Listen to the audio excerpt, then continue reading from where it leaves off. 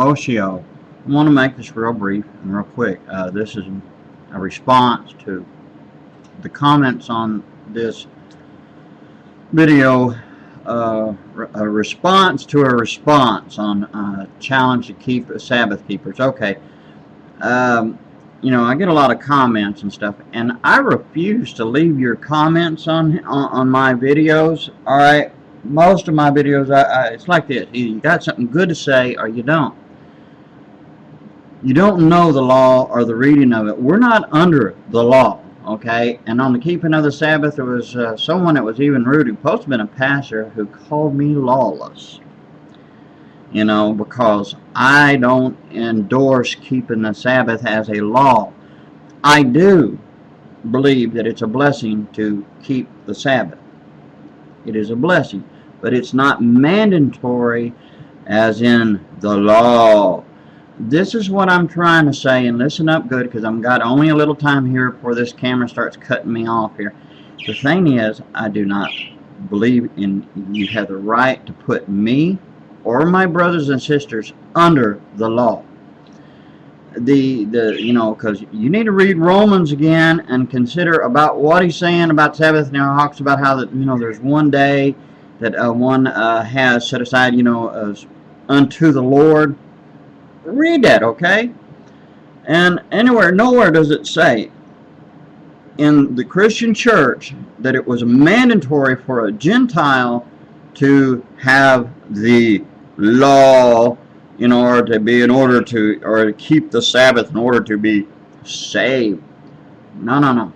You need to take another look at that. Yes, it is a blessing to keep the Sabbath, and I agree with that. But you can't try to put the law on her in order, you know, as you're saying. A lot of you are condemning brothers and sisters because they don't keep the Sabbath.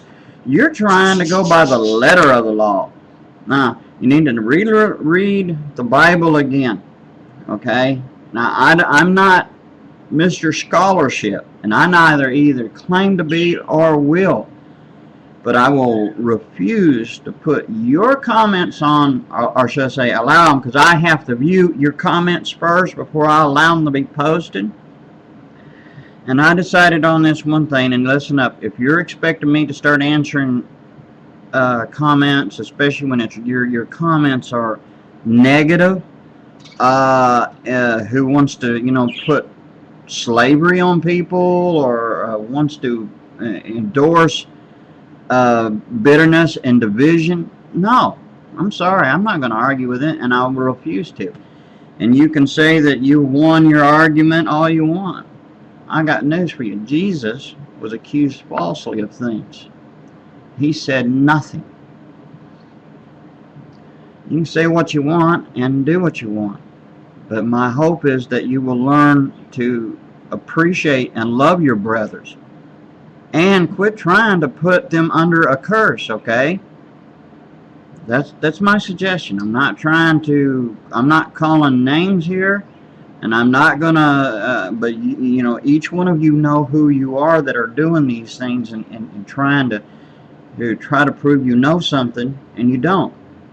I don't know everything. So there, you mean, but it's a danger of trying to be a know-it-all. Pride will always come right before a fall. But you don't put people, if you love your brothers and sisters, you don't go putting curses on them and that's simply by trying to get them under the law. You need to reread your Bible again. We have the spirit of the law, but not the letter of the law.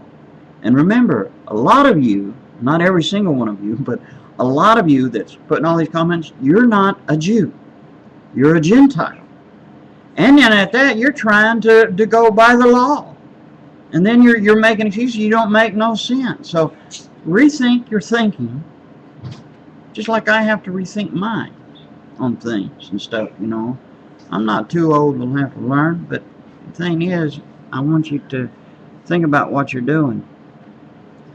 Don't be trying to put people under the law, okay? If one has Monday as a special day unto God, he has it unto God. If it's Wednesday, it's a Wednesday unto God. Whether he lives or dies, it's unto God. Whether he eats or drinks, it's unto God.